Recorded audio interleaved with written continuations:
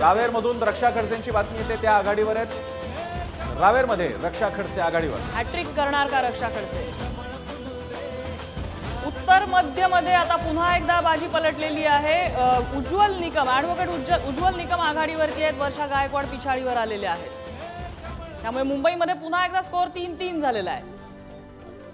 वर्षा गायकवाड पिछाडीवरती आलेले आहेत। 3 NDA 3 India. मुंबईमधला 6 पैकी 3 जागी महायुती आघाडीवर आणि 3 जागी महाविकास आघाडी। आणि इकडे शिरूरमध्ये अमोल कोल्हे यांनी पहिल्या कलांमध्ये आघाडी घेतलेली आहे। आढळराव हे पहिल्या कलांमध्ये पिछाडीवर दिसत आहेत। अमोल कोल्हे यांची आघाडी, इथे सुद्धा काटेकी टक्कर अपेक्षित आहे, कारण आढळराव यांनी अगदी शेवटच्या क्षणी तिकीट घेताना पक्ष बदललेला होता। मात्र पक्ष बदलला की बरीच समीकरणं बदलत असतात, त्यामुळे या ठिकाणी काय होणार हे आपल्याला पाहणं अतिशय औत्सुक्याचं असणार आहे।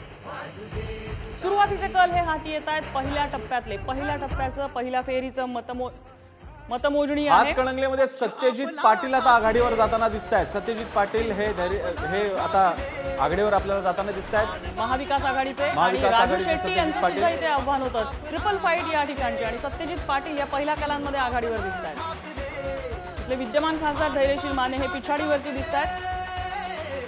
दरम्यान नॅशनल लेवलला जागा थोड्याशा जरा स्टेबल झाल्यासारखं दिसतंय। 158 चा आकडा एनडीए आणि इंडिया 62।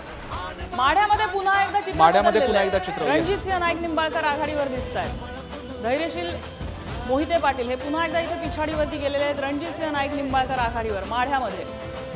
माढा, बारामती, बीड, संभाजीनगर, नाशिक या जागा तुम्हाला दुपारपर्यंत वाट पाहायला लावणार आहेत आपल्याला।